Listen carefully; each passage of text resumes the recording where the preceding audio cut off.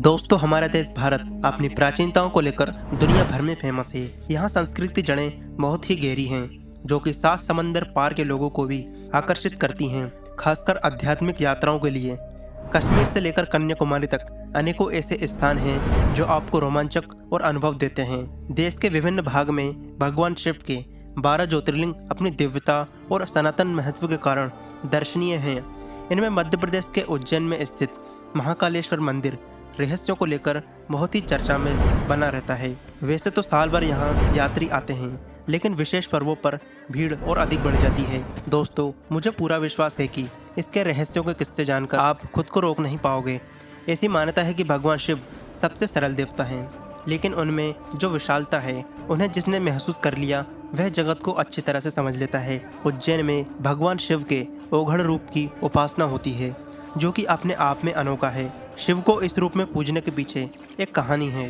दोस्तों, भूत पिशाच को नचाने वाले, शरीर पर भस्म का लोप लगाने वाले ओघड़ शिव भक्तों के लिए अत्यंत प्रिय हैं। पूरी सृष्टि भगवान शिव से उत्पन्न होकर भगवान शिव में विलीन हो जाती है। उज्जैन प्राचीन काल से ही धार्मिक नगरी के रूप में प्रसिद्ध है, जहाँ भगवान शिव काल भैरव के रूप में मौजूद हैं। दोस्तों, भस्म को सृष्टि का सार बताया गया है, जिसे महाकाल के शरीर पर लगाकर उनकी पूजा की जाती है। दोस्तों, आपको पता होगा महाकालेश्वर मंदिर में दर्शन करने के लिए कई सेलिब्रिटी, मंत्री और प्रधानमंत्री आते हैं, लेकिन शाम होते ही वे यहाँ से निकल लेते हैं। रात में वे यहाँ पर नहीं रुकते, क्योंकि यहाँ कुछ ऐसी मान्यताएं हैं जिनसे बड़े बड़े वैज्ञानिक और प्रधानमंत्री तक डरते हैं। दोस्तों, महाकालेश्वर मंदिर में ऐसी घटना घट रही हैं जो बेहद ही जानलेवा है और उन्हें कलयुग के अंत से लेकर जोड़ा जा रहा है। लोगों का कहना है कि इन घटनाओं के माध्यम से स्वयं महादेव हमें ये संकेत दे रहे हैं कि कलयुग के अंत में ज़्यादा समय नहीं बचा है। तो चलिए मित्रों, आज की इस वीडियो को शुरू करते हैं और आपको बताते हैं कि रात के समय में मुख्यमंत्री और प्रधानमंत्री यहाँ पर क्यों नहीं रुकते और ऐसी कौन कौन सी घटनाएं घट रही हैं जिन्हें कलयुग के अंत के संकेत माना जा रहा है, जानेंगे आज की इस वीडियो में। अगर आप हमारे चैनल पर न्यू आए हैं तो प्लीज़ चैनल को सब्सक्राइब करके साथ में घंटी वाला बेल आइकन जरूर दबा दें और कमेंट बॉक्स में एक बार सच्चे दिल से हर हर महादेव अवश्य लिखें। दोस्तों, महाकाल का संबंध केवल मृत्यु से है, लेकिन यह पूरा सच नहीं है। महाकाल के 2 अर्थ होते हैं, एक समय और दूसरा मृत्यु।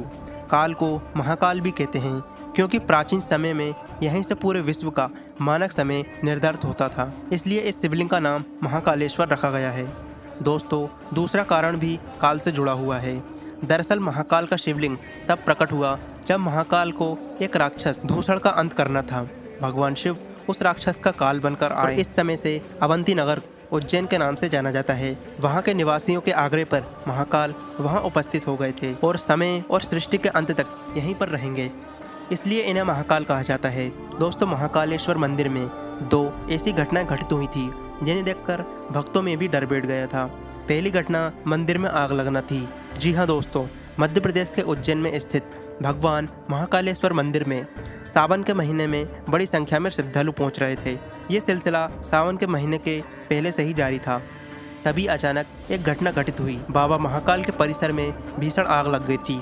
दोस्तों, वहां पर आग लगने से अफरा तफरी मच गई थी। जिस समय आग लगी उस समय श्रद्धालु भी मंदिर में मौजूद थे।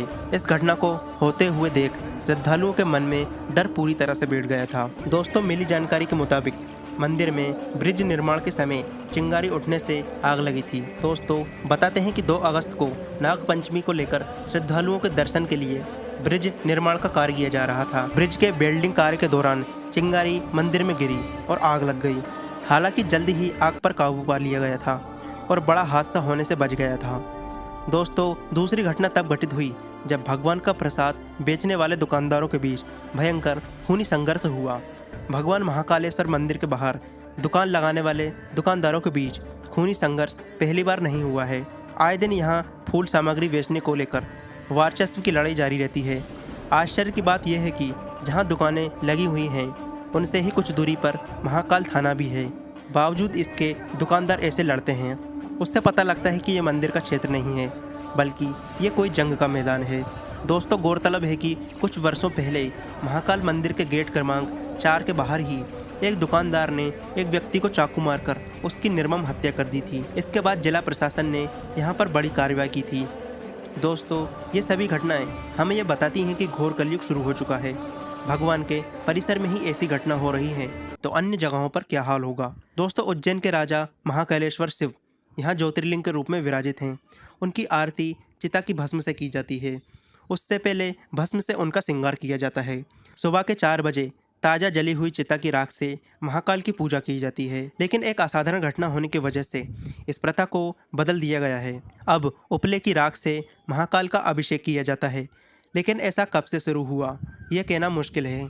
मित्रों, बताया जाता है कि चिता की कमी की वजह से एक बार पुजारी ने अपने जीवित पुत्र को आग के हवाले कर दिया और उसकी राख से पूजा कर डाली। इस घटना के बाद से ही इस प्रथा को बंद कर दिया गया। भस्म आरती के बारे में एक दिलचस्प तथ्य यह है कि लोग अपने जीवन काल से ही रजिस्ट्रेशन करा लिया करते थे, जिससे कि मरने के बाद महाआरती के लिए उनकी भस्म का इस्तेमाल हो सके। फिलहाल यहाँ पर मुर्दे की भस्म की जगह गाय के गोबर के उपले से बनी भस्म से शिवलिंग का श्रृंगार होता है।